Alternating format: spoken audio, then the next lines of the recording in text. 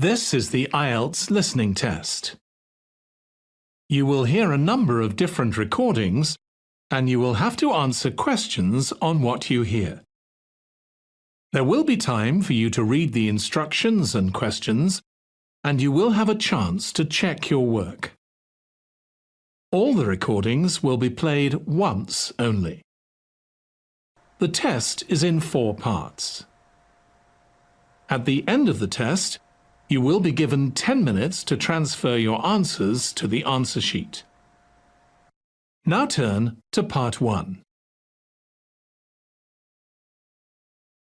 You will hear a conversation between Annetta and Charlotte, first-year university students, and Bill, who works for the Student Union Employment Service. First, you have some time to look at questions 1 to 5.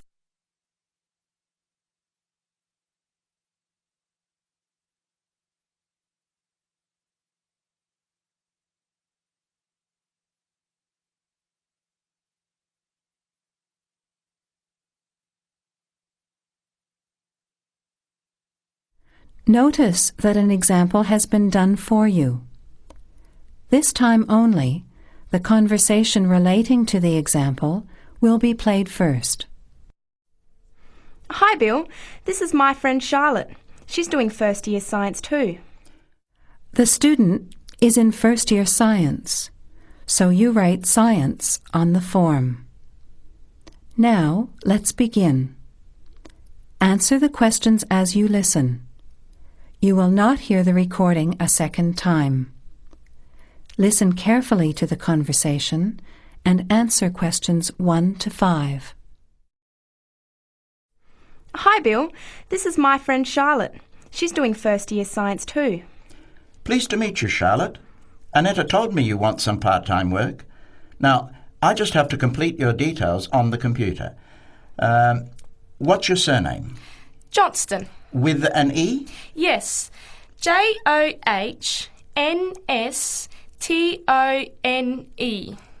I know that you live in the Heathfield Street student residence, but I can't remember the street number there. It's 126. 126. Good. And the phone number? Well, actually, I never give people that number because sometimes nobody answers or they forget to pass on the messages. So, I bought a mobile phone yesterday, but I can't remember the number.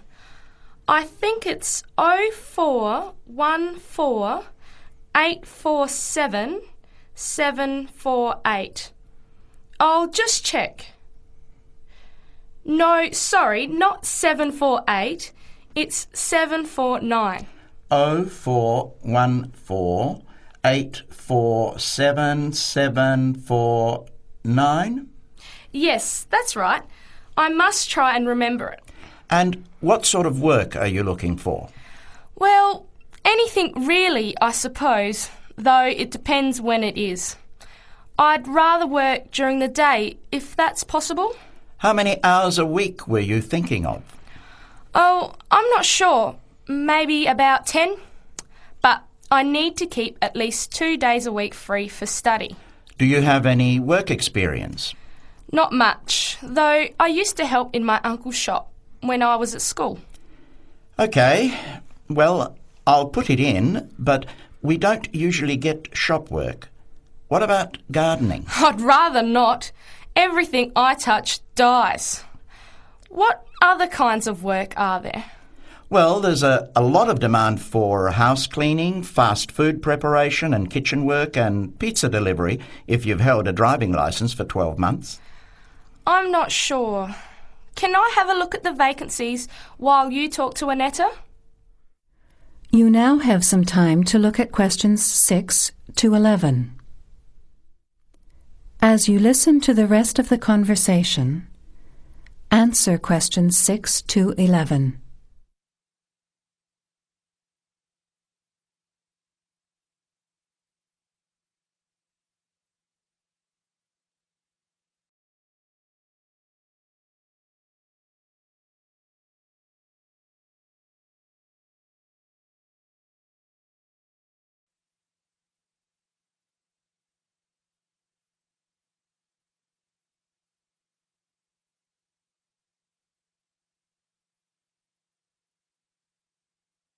Bill, I'd like to change my job. You're at the Hamburger Express on the High Street, aren't you? What's the problem? Well, I never know what hours I'm going to work.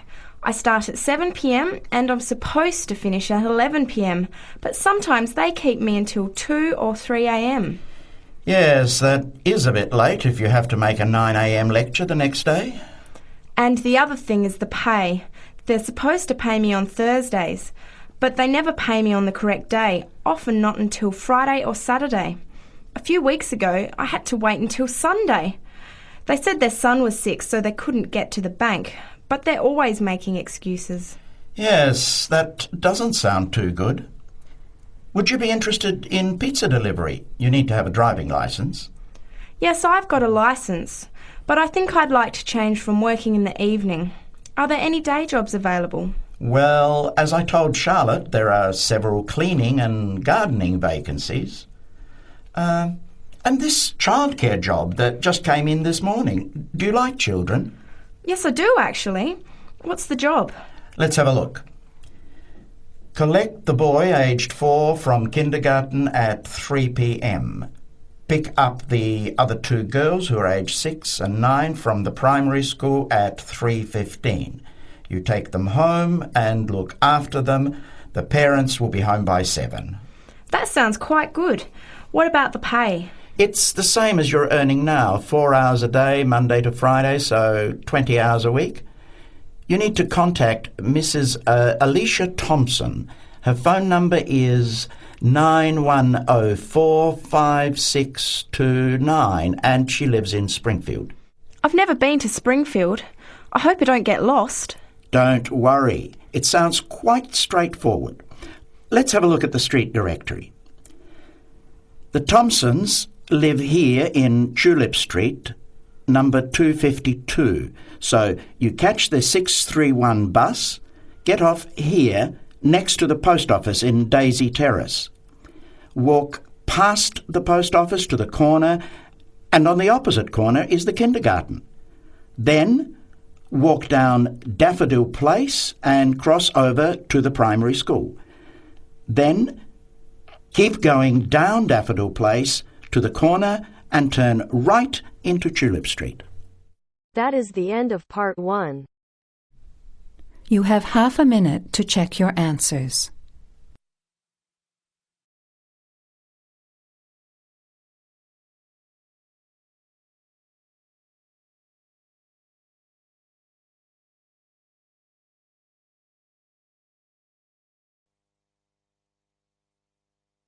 Now turns to part 2.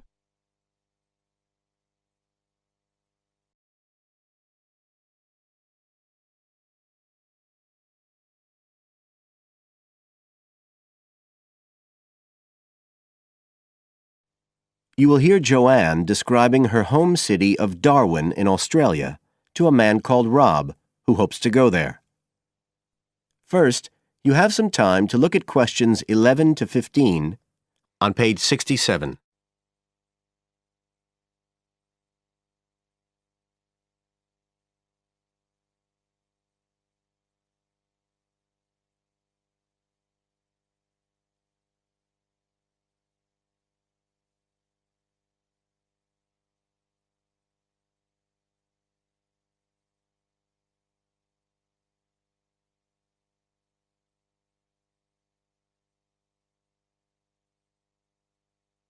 Now listen carefully and answer questions 11 to 15. Joanne? Hi, you must be Rob. Nice to meet you. So, I hear you're planning to visit Australia.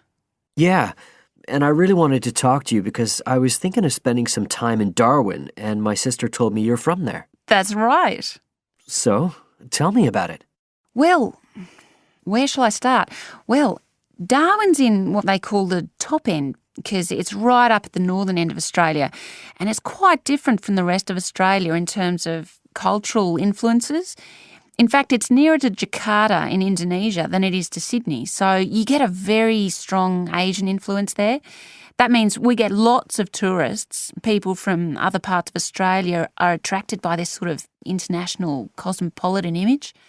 And as well as that, We've got the same laid-back atmosphere you get all over Australia, probably more so, if anything, because of the climate. But what a lot of the tourists don't realise until they get there is that the city's also got a very young population. The average age is just 29, and this makes the whole place very buzzy.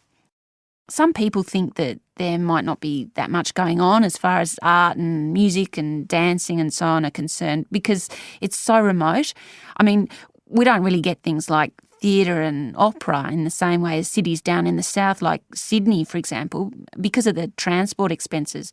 But in fact, what happens is that we just do it ourselves. Lots of people play music, classical as well as pop, and there are things like artists groups and writers groups and dance classes. Everyone does something. We don't just sit and watch other people. You said it's very international? Yeah, they say there's over 70 different nationalities in Darwin. For instance, there's been a Chinese population there for over 100 years. We've even got a Chinese temple. It was built way back in 1887, but when a very bad storm, a cyclone in fact, hit Darwin in the 1970s, it was almost completely destroyed. The only parts of the temple that survived were part of the altars and the stone lions. But after the storm, they reconstructed it using modern materials.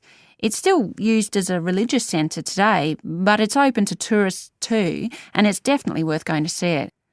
Oh, and as far as getting around goes, you'll see places that advertise bicycles for hire, but I wouldn't recommend it. A lot of the year it's just so hot and humid. Some tourists think it'll be fine because there's not much in the way of hills and the traffic's quite light compared with some places, but believe me, you're better off with public transport. It's fine and not expensive. Or you can hire a car, but it's not really worth it. What's the swimming like? Well, there are some good beaches, but the trouble is that there's this nasty creature called the box jellyfish, and if it stings you, you're in bad trouble. So you have to be very careful most of the year, especially in the winter months. You can wear a lycra suit to cover your arms and legs, but I wouldn't like to risk it even so, personally. And there are the saltwater crocodiles too. I mean, I don't want to put you off. There are protected swimming areas netted off where you'll be safe from jellyfish and crocs, or there are the public swimming pools. They're fine, of course. You now have some time to look at questions 16 to 20 on page 68.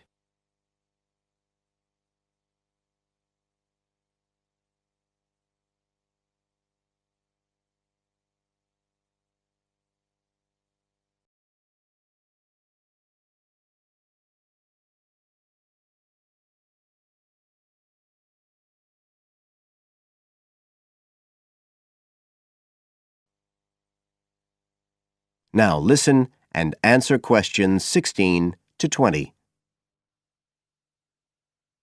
So which places would you specially recommend? Well, one of the most popular attractions is called Aquascene. What happens is every day at high tide, hundreds of fish come in from the sea, all different sorts, including some really big deep sea fish. And some of them will even take food from your hand. It's right in the middle of town at the end of the esplanade. It's not free. I think you have to pay about $5, but it's definitely something you have to experience. Then, of course, Darwin has a great range of food. Being such a cosmopolitan place, and if you don't have lots to spend, the best place to go is to Smith Street Mall, where they have stalls selling stuff to eat. There's all sorts of different things, including Southeast Asian dishes, which I really like. You'd think there'd be plenty of fresh fish in Darwin, as it's on the coast, but in fact, because of the climate, it mostly gets frozen straight away. But you can get fresh fish in the restaurants on Cullen Bay Marina. It's a nice place to go for a special meal, and they have some good shops in that area too. What else? Well, there's the Botanic Garden. It's over 100 years old and there's lots to see. An orchid farm, rainforest, a collection of palm trees, a wetlands area. You can easily spend an afternoon there. That's at Fanny Bay, a couple of kilometres out to the north. Then, if you've got any energy left in the evening, the place to go is Mitchell Street.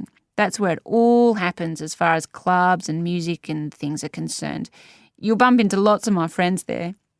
Talking of friends, why don't I give you some email addresses? I'm sure they wouldn't mind. That is the end of part 2. You now have half a minute to check your answers.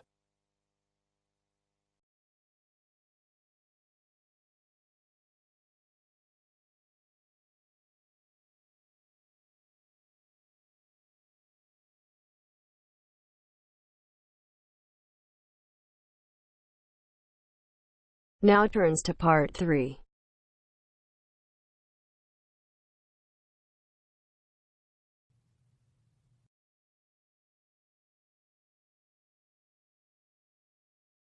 You are going to listen to a conversation between two students talking about a lecture they have just attended. First, look at questions 21 to 24.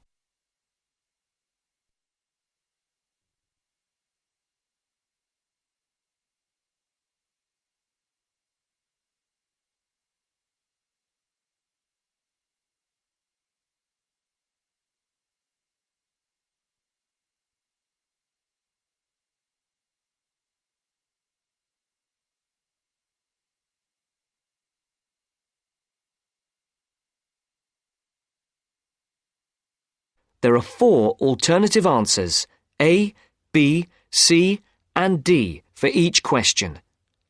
Decide which alternative is the most suitable answer and circle the appropriate letter.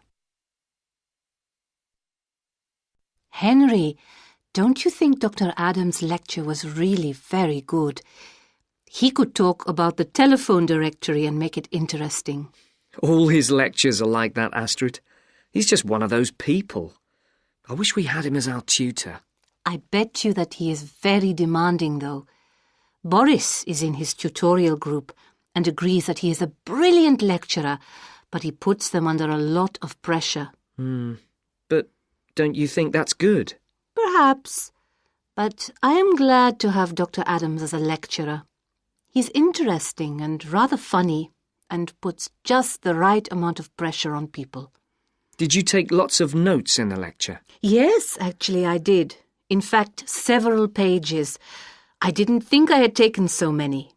I was that busy listening to what was being said that I didn't take many notes. Can I photocopy yours? I don't think that's such a good idea. You won't be able to read my handwriting, and sometimes I write them in English and sometimes in Arabic. Oh, let's have a look. Wow! Your notes are so neat. There's not much Arabic. There is on this page. Oh, yes, there is. Dr. Adams would be pleased to see this, especially given what he was talking about. Don't you keep careful notes? Sometimes. It depends on the lecture. I don't think I'll forget Adams's lecture today, but some of the detail will fade. Before the conversation continues, look at questions 25 to 30.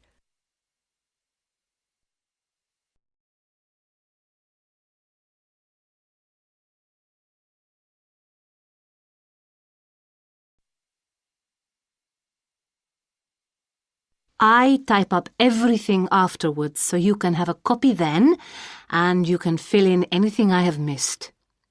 I'm not so good on the broader concepts. I'm better when it comes to detail.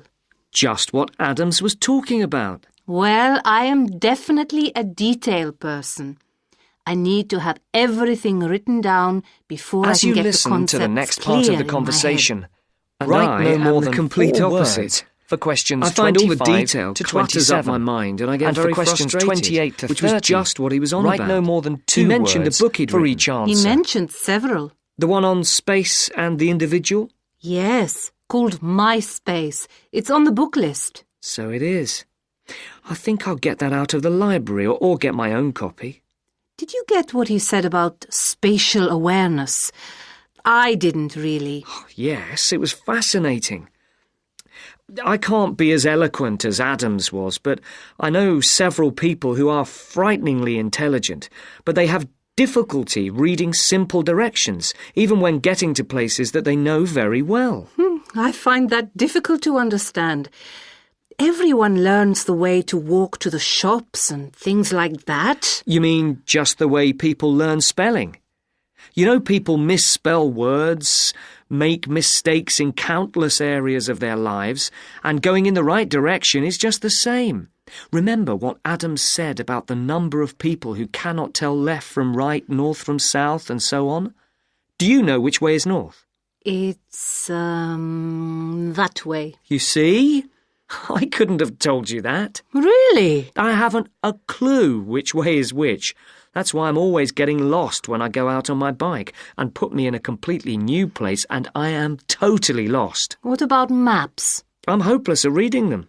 But then you're brilliant at writing essays and getting all the ideas down in the right order, and I don't know where to start. Again, just what Adams was talking about. What we need to do is combine our skills. You teach me to cope with detail, and I'll teach you how to string concepts together. Okay, we can do that. Which way is the library? It's...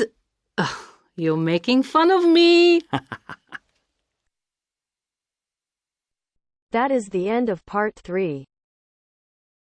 You now have half a minute to check your answers.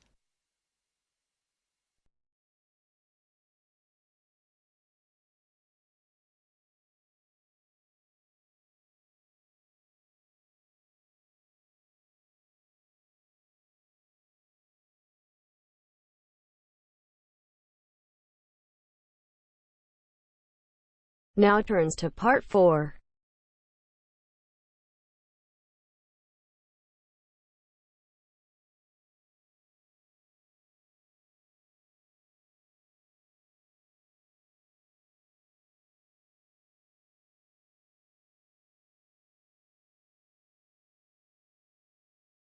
Now you have half a minute to read the questions 31 to 40.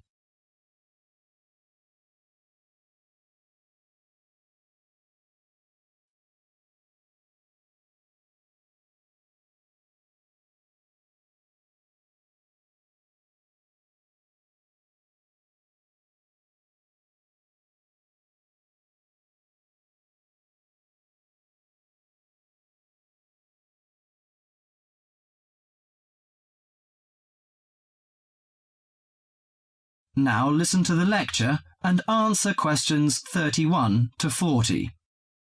Today our guest is Joseph Parks, Medical Director for the Botany Department of Mental Health. He's going to give a lecture about the research on teenage brain. Good morning, everyone. Today I'm going to introduce the new research about adolescent mind, the teenage brain. How much do you know about that? Do you believe in brain scanning? Do you think we can judge whether a teen is normal or mentally ill? Or it's just another immature test? The new research shows a teen brain is in the middle of disordered changes. Those changes, scientists now believe, are so significant that they may reveal the mysteries of mental illness, explaining why some teens commit suicide, why others harm their classmates, and why some emerge later in life with mental disorders. The research looks forward to a day when teens could be tested for suicidal depression as easily as they are for heart disease. But there are signs that society, and parents in particular, would reject such a tool. Many parents question the validity of a mental health diagnosis. They fear that their children will be falsely tagged with a mark that he or she is abnormal. At the center of the debate is the teen brain, its confusing architecture, and the difficult question of what's typical in a teen and what's not. Under the old thinking, the adolescent brain was fully formed, needing only to be filled with facts, figures, and experiences to become an adult mind. At the same time, many people rejected the idea that young people were even capable of developing mental illnesses. However, the new research shows a teenage brain is an organ in transition. It has an unstable and vulnerable composition. The evolving teenage brain clearly isn't adult-like until the early 20s. If teens act young and stupid, it may be because brain areas that govern rational thought are not mature yet. All that is fine when the brain develops normally. But if the teen brain fails to successfully reinvent itself as an adult brain, mental illness may happen. Researchers increasingly believe if that process stops for some reason, teens are likely to develop mental illness. Early warning signs might be disregarded, as adults may think them the typical teen behaviors. Perhaps the chief hope of the new research is that it could make a difference for teenagers suffering from mental disorder and major depression.